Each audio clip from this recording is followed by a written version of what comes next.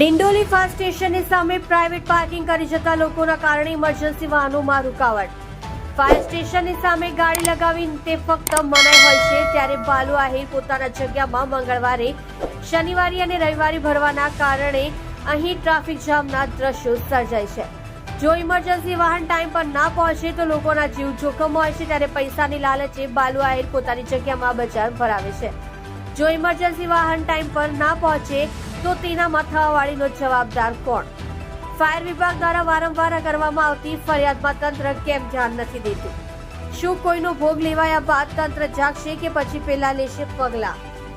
Reporter SL Syed સાથે cameraman સંદીપભાઈ બોરસે। તમે જોઈ રહ્યા છો live India today news channel.